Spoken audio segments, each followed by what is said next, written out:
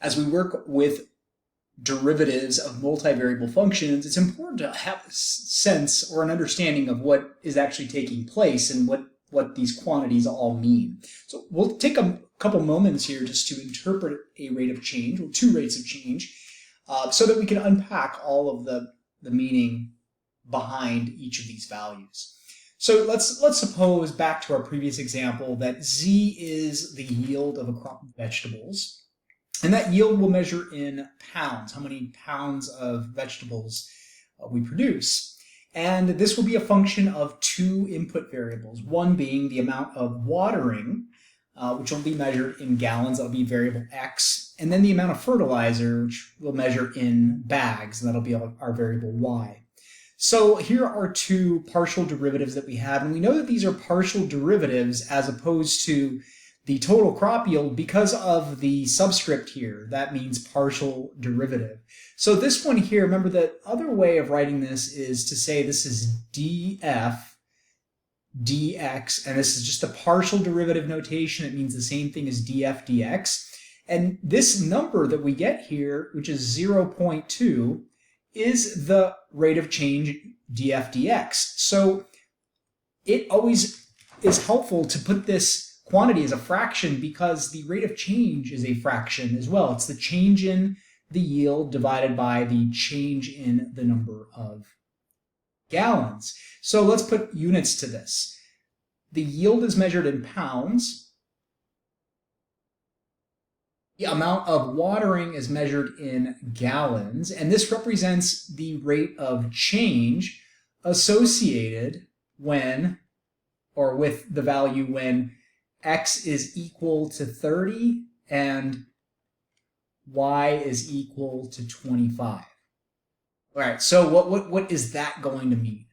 Well, that tells us that at the instant, just like with derivatives, when X is 30 and Y is 25, so in other words, when we are watering, or when the crops or the veggies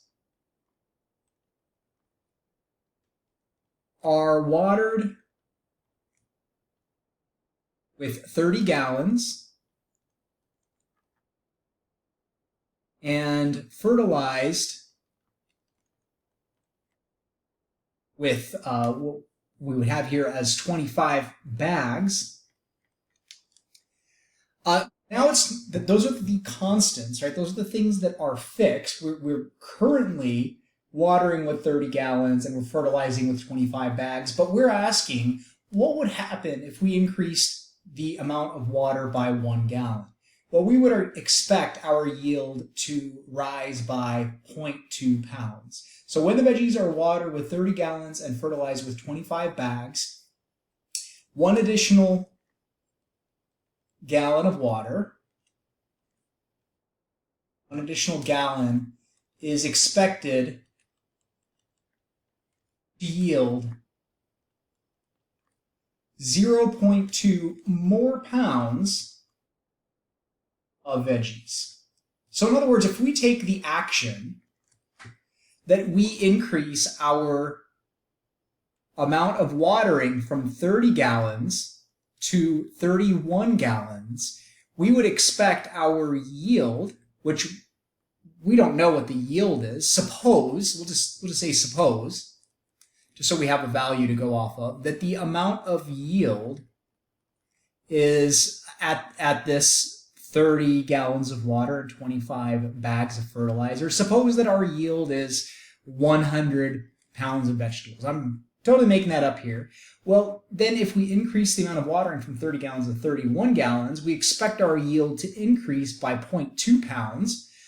So notice, by the way, right here, I'm not using these subscripts. So this denotes the actual Z value, the actual yield associated with 30 gallons and 25 bags. So we would expect that at 30 gallons and 25 bags, our yield would go from 100 pounds to 100.2 pounds.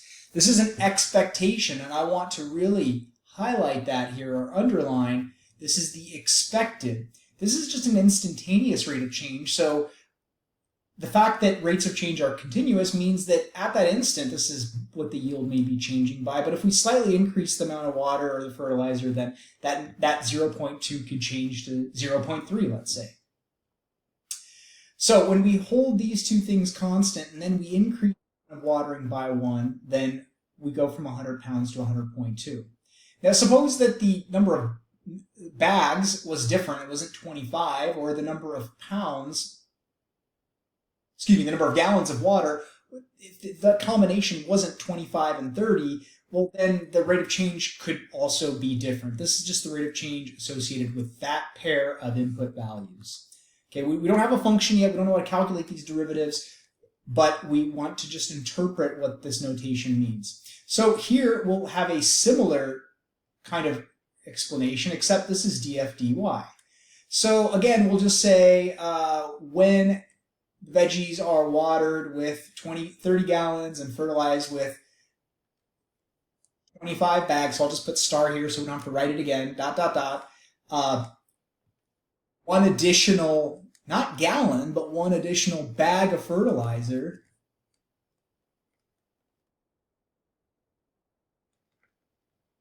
is expected to yield in this case 1.1 more pounds of veggies. So we could do this similar concept here, where we said 30 gallons and to 31 gallons, but now instead of changing the amount of water, we're changing the amount of fertilizer. So we're going from 25 bags to 26 bags. By the way, the amount of fertilizer stayed the same, right? The amount of water stayed the same at 30 gallons. And it remained at 30 gallons. The only thing that we altered is the number of bags, and therefore our yield, if it was 100 pounds at 30,25, well, now it's going to go from 100 pounds, and it's going to increase by 1.1 pounds, which would be 101.1. I should have done the same thing over here. I should have said, well, this is still for 25 bags. The only thing that we're changing is the amount of water. So if you think about an experiment, if you conduct an experiment, you change two things at the same time, it's hard to know how much of an impact each change specifically had upon the other variable. So notice that we're only allowing one variable to vary. We have an example down here as we learn to compute some of these partial derivatives. But I'm going to point that out here, that partial derivatives, by the way, is just the phrase that we use to describe derivatives of functions with more than one input variable. We call it partial, not because we're not like taking the full derivative. We call it partial because we differentiate with respect to one variable at a time. You don't want to differentiate with respect to both variables because, again, you're not going to be able to understand which variable is causing how much change. If we change the amount of fertilizer and water simultaneously, it would be difficult to know how much impact each element has on the yield individually.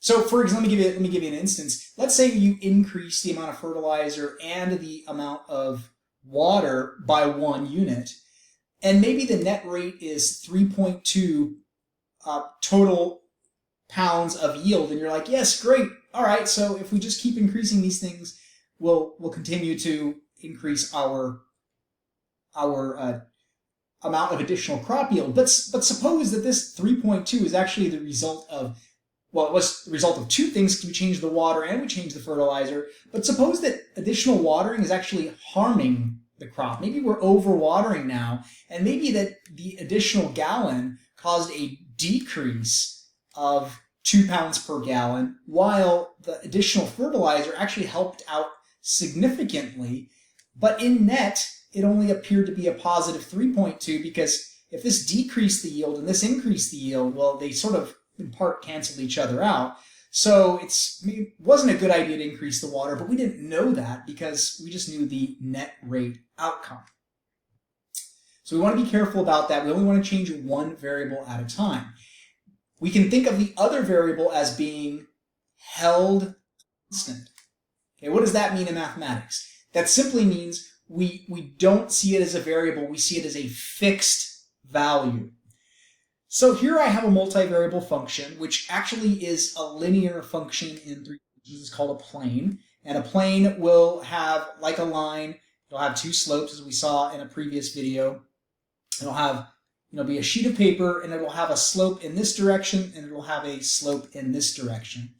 And those kind of tilts, those offsets, indicate the sort of two slopes that we have. We have one in the x direction and one in the y direction. So how do we take the derivative of this function with respect to x? Again, remember, this is the derivative of the function with respect to x. And what would be the derivative of this? Okay, well, the derivative of 2x is 2, right? In other words, the slope of the line 2x is 2. Now, we also know that the derivative of that constant is going to be 0 because the constant doesn't change, right? But because we're only changing x, right? X changes,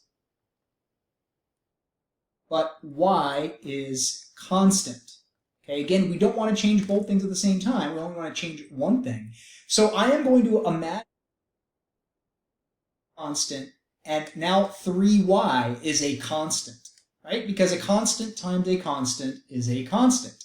And what's the derivative of a constant? Well, the slope or the rate of change of a constant is 0.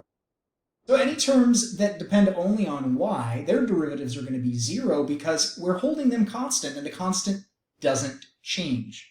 So it should make sense that the slope of this linear function, when changing x, the function would increase by 2. And you can see that if you plug in a value for y, let's say y is equal to 0, then you just get 2x plus 10. And when you increase x by 1, then we go from an output of 10 to an output of 12, indicating an increase by 2 units. Well, let's do this with respect to y now. Similar process, except for df dy. Here, y changes, x is constant. So pretend that x is just a number, and x is not allowed to change. Okay, so if I write f of xy equals 2x plus 3y plus 10, that means that constant, that whole thing, right? Because if x is a constant and 2 is a constant, then 2 times a constant is a constant. And this is a constant as well. And by how much does a constant change? Well, it changes by 0. And then the derivative of 3y, because that does depend on y, when you increase y by 1, the value of the function increases by 3. And the derivative of a constant is again 0. So basically what these are giving us is the two different slopes of this plane. So in one direction, maybe this is the y direction. In the y direction, we get, as we move up this line, in the y direction by 1 unit, the elevation changes by 3. And as we move 1 unit in the x direction, and say this way, then the y value, the z value, the f of xy value increases by 2. Let's take a look at a couple more examples. So again, just treat the other variable as a constant. So in this function here, if I am looking at the partial of f with respect to x, or f sub x, then any terms that involve x, I'm going to take their derivative as usual. So the derivative of 2x squared by the power rule is 2 times 2 is 4, x to the first power. The derivative of this whole thing, I'm just going to box it in and say that whole thing is a constant because it has no x's in it. So its derivative is 0. And the derivative of 10x, well, that's not a constant because that does depend on x. Its derivative is 10. So we get an answer of 4x plus 10. For the second function, or for the second partial derivative, again, same function. Anything that only involves x or constants is going to be a constant. So this means that this term right here doesn't have any y's in it, so it is a constant. The derivative of a constant term is 0. Derivative of 3y to the fourth is 12y to the third. And again, this thing here is a constant because it only contains x, and x isn't changing. X is held constant while y changes by 1 unit. And so we get a partial derivative of 2y cubed plus 10. Couple more. In this next example, here we have notice a product of x and y together. So how do we handle that? Well, part of each term is going to depend on x, and part of each term is going to depend on y. So here's what I'm going to do when I take the derivative with respect to x. I am going to move, not that we have to do this, but I'm going to move the 2y squared to the front and make this 2y squared x. Since y is being held constant, we can think about this as just a coefficient that is constant, and we can do the same thing here. We think about this as 3y times x to the 8th. This is also a constant. So what's the derivative of a constant times x to the first? Well, it's just the constant. And what's the derivative of a constant times x to the 8th? Well, it's going to be 8 times the constant times x to the 7th, and you can simplify that to become 2y squared plus 24yx to the 7th. Let's do the same thing with respect to y. Okay, now I'm going to leave it in its orientation that it's already in, and I'm just going to box in the 2x because that's all a constant when I'm changing y. And here I'll write 3yx to the, I don't want to rewrite that. I want to leave it as 3x to the 8th times y. So this whole thing right here is a constant. So what's the derivative of constant y squared? Well, by the power rule, 2 times the constant times y to the first. What's the derivative of a constant times variable? It's just the constant. And we simplify this to 4xy plus 3x to the 8th. Point is, we don't need to be excellent at computing these, but have a sense of how these things work. And here with an exponential, we know when we take the derivative of an exponential raised to some power not just involving the variable but maybe other stuff, it's going to be the derivative of that exponent multiplied by e to that exponent. So let's do that.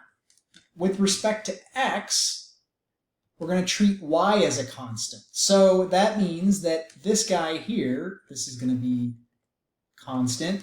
And we just said that it's going to be the derivative of the exponent. Well, the derivative of 3x cubed is 9x squared. I'm going to put this in parentheses.